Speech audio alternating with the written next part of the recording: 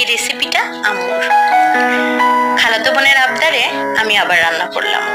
এই রান্নাগুলো নাকি আমি হুবহু আম্মুর মতো করতে পারি। ও সুদূর চট্টগ্রামে থাকে, সেখান থেকে বেড়াতে আসছে, তাই ওকে রান্না করে খাওয়ালাম।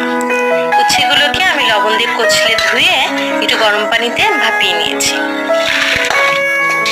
তারপরে একটু বেশি করে তেল দিয়ে তার মধ্যে রসুন কুচি দিয়ে দিলাম, তারপরে পেঁয়াজ কুচি দিলাম, তারপরে সামান্য কিছু কাঁচামরিচ দিয়েছি। উচ্ছেতে ঝাল একটু কম দিতে হয়। আমি আবার নামানোর আগে একটু কাঁচামরিচ, তারপরে একটু ভাজা ভাজা করে তার মধ্যে দিয়ে দিলাম মাছ।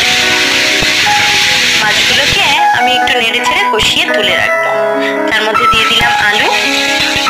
আলুটা একটু রান্না হতে থাকবে।